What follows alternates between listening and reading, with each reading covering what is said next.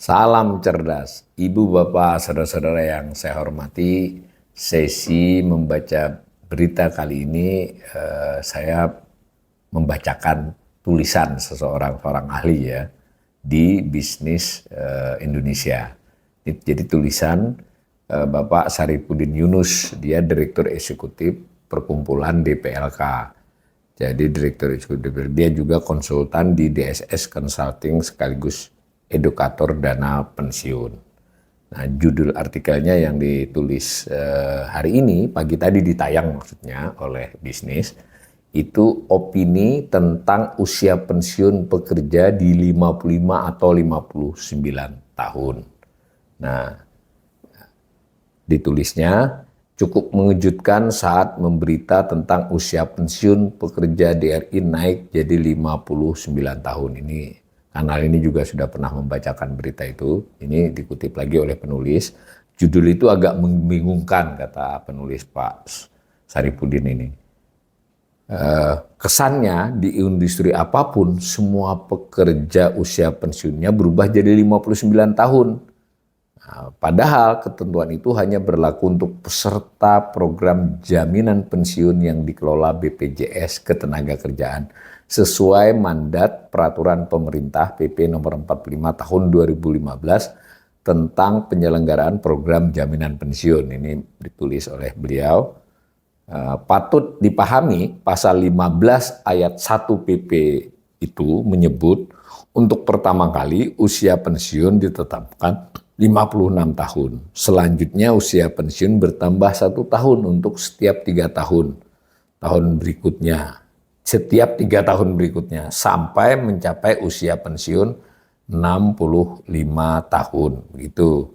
Bahkan dalam hal peserta telah memasuki usia pensiun, tetapi yang bersangkutan tetap dipekerjakan, peserta dapat memilih untuk menerima manfaat pensiun pada saat mencapai usia pensiun atau pada saat berhenti bekerja dengan ketentuan paling lama 3 tahun setelah usia pensiun. Jadi bisa ya masih ya perpanjang mengambilnya. Nah, tetapi tulis Pak Saripudin ini, aturan ini tentu hanya berlaku untuk program jaminan pensiun JP ya singkatannya. Itu pun bila perusahaan mengikut sertakan pekerjanya ke dalam program JP. Artinya bila suatu perusahaan menetapkan usia pensiun normal sesuai peraturan perusahaan atau perjanjian kerjasama di usia 55 tahun dan menjadi peserta program JP, maka si pekerja yang pensiun di usia 55 tahun berhak atas uang pesangon pensiun dari perusahaan.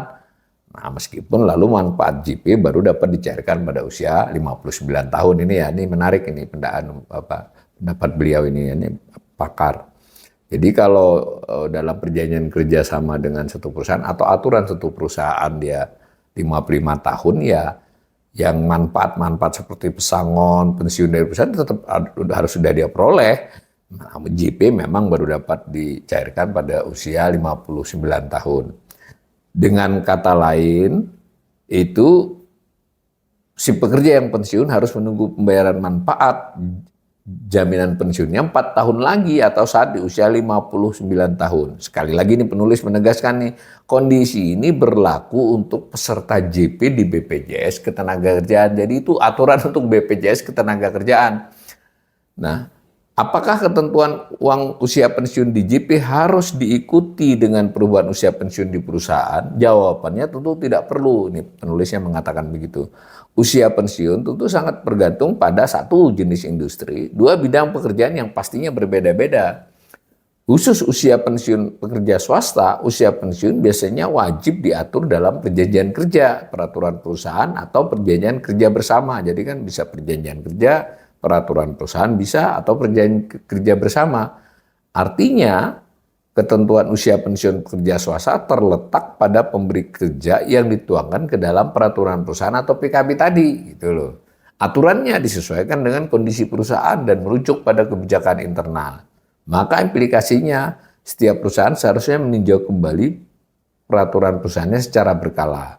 Apakah ketentuan usia pensiun perusahaan perlu disesuaikan atau tidak? Jangan sampai aturan usia pensiun menjadi multitafsir, termasuk soal tata cara hak dan kewajiban manfaat pensiun yang berlaku di perusahaan. Lalu bagaimana dengan usia pensiun di dana pensiun? Sangat jelas, program jaminan pensiun dan dana pensiun berbeda acuan. Di dana pensiun, rujukannya adalah Undang-Undang Nomor 4 Tahun 2023 tentang pengembangan dan penguatan sektor keuangan dan POJK Nomor 27 Tahun 2023 tentang penyelenggaraan usaha dana pensiun. Jadi beda ya, yang ini dana pensiun, yang tadi jaminan pensiun khusus BPJS. Pada kedua aturan tersebut tegas dinyatakan usia pensiun normal untuk pertama kali ditetapkan paling rendah 55 tahun. Mengacu pada ketentuan ini, maka usia pensiun normal suatu perusahaan di 54 tahun tidak boleh. Tapi bila dilebih tidak masalah gitu. Nah, tetapi bila ditetapkan usia pensiun suatu perusahaan di 50 tahun tidak masalah. Karena aturan yang dipakai untuk usia pensiun adalah paling rendah menurut penulis ini, berarti lebih dari yang ditetapkan tidak apa-apa. Lanjut beliau tulis, patut dipahami di dana pensiun, usia pensiun normal berarti usia normal ketika pekerja berhak mendapatkan manfaat pensiun. Sedangkan manfaat pensiun adalah manfaat yang diterima oleh peserta baik secara berkala dan atau sekaligus. Nah, sebagai penghasilan hari tua yang dikaitkan dengan usia pensiun, masa kerja dan atau masa mengiur, masa membayar iuran ya. Oleh karena itu, ketentuan usia pensiun normal pasti tercantum di peraturan dana pensiun. Jadi usia pensiun di jaminan pensiun memang tidak sama dengan dana pensiun. Ini tulisan ini betul-betul menegaskan yang nggak sama di jaminan pensiun dengan di dana pensiun. Sehingga jatuh tempo manfaat pensiunnya pun menjadi berbeda sesuai dengan aturan yang menjadi rujukannya. Di sisi lain, ada pula yang menyebut usia pensiun dengan istilah batas usia pensiun. Nah, istilah ini sejatinya salah kata penulis, tidak benar. Seharusnya batas usia bekerja atau sebut saja usia pensiun harus disepakati. Pensiun berarti kondisi tidak bekerja lagi karena masa tugasnya sudah selesai. Oleh karena itu, kata kunci pensiun adalah 1, tidak bekerja lagi karena usia tertentu, dan 2, masa tugasnya selesai. Jadi siapapun yang bekerja pasti pensiun akibat pencapaian usia tertentu, usia pensiun atau masa kerjanya sudah selesai. Nah, ditulis lagi, jadi tidak perlu khawatir soal usia pensiun karena JP, jaminan pensiun, dan dana pensiun itu berbeda rujukannya. Ini pesan utama dari tulisan ini, beda jaminan pensiun dengan dana pensiun. Tetaplah mengacu pada regulasi masing-masing. Usia pensiun suatu perusahaan tentu mengacu pada peraturan perusahaan atau perjanjian kerja bersama. Usia pensiun normal di dana pensiun seperti yang ditetapkan peraturan dana pensiun tadi. Sedangkan JP menetapkan usia pensiun yang berhak memperoleh manfaat jaminan pensiun JP berada di usia 59 tahun. Seiring perubahan demografi pekerja di Indonesia dan berubahnya iklim bisnis di berbagai industri, tentu usia pensiun akan mengalami penyesuaian ke depannya. Oleh karena itu, setiap perusahaan wajib meninjau dan menyesuaikan ketentuan usia pensiun sesuai fungsi dan kebutuhan kerjanya. Tentu usia pensiun ditetapkan ke dalam perjanjian kerja. Jadi kira-kira tulisan ini pesan utamanya adalah 59 tahun itu adalah untuk JP ya, jaminan pensiun yang dikelola BPJS Ketenagakerjaan. Dana pensiun lain lagi gitu. Nah, biasanya kalau misalnya swasta perusahaan itu kemudian membuat pekerjanya mengikuti program dana pensiun, jadi ada dipotong gaji untuk iuran. Nah, itu tergantung perusahaannya, karena diperbolehkan mereka batas usianya pensiun ditetapkan misalnya 56 tahun, ya pas dia 56 tahun itu ya dia tetap harus dapat hak-haknya manfaat pensiunnya dari dana pensiun. Tetapi untuk mengambil, kalau dia disertakan ke BPJS Ketenagakerjaan, hak di jaminan pensiunnya menunggu usia 59 tahun. Jadi ini supaya jangan nanti batas kerja di sebuah perusahaan, ini tafsiran saya ya, 56 tahun, lalu dia untuk mendapatkan dana pensiunnya nunggu 59, tidak demikian menurut penulis ini.